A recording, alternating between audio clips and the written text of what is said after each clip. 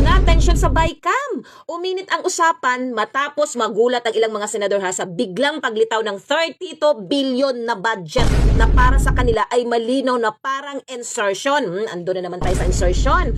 Ayon kasi sa mga senador wala ito sa original na Senate version at lumabas lang sa reconciliation stage kaya agad silang humingi ng records at paliwanag. So depensa ng mga ilang kongresista hindi daw yon insertion ang pondo kundi bahagi daw umano ng kanilang flood control at farm to market road project. Pero ang tanong ng Senado, kung malinaw at lehitimo ito, bakit ngayon lang lumabas ang 32 billion ganon? Okay, panoorin natin to. I was the wire one station wire when I asked why I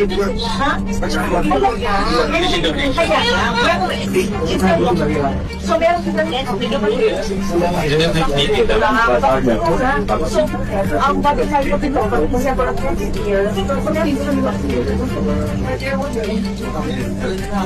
kaya bibigyan na natin on lack of but you know we have to say what we want to say.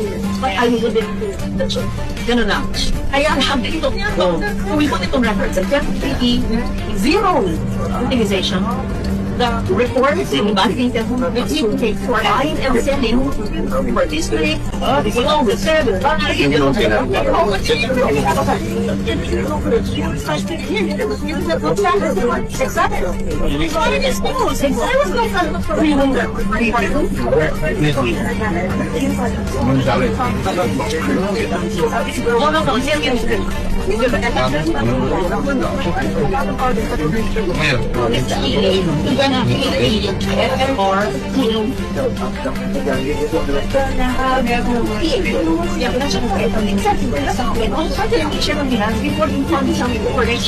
you check the meter.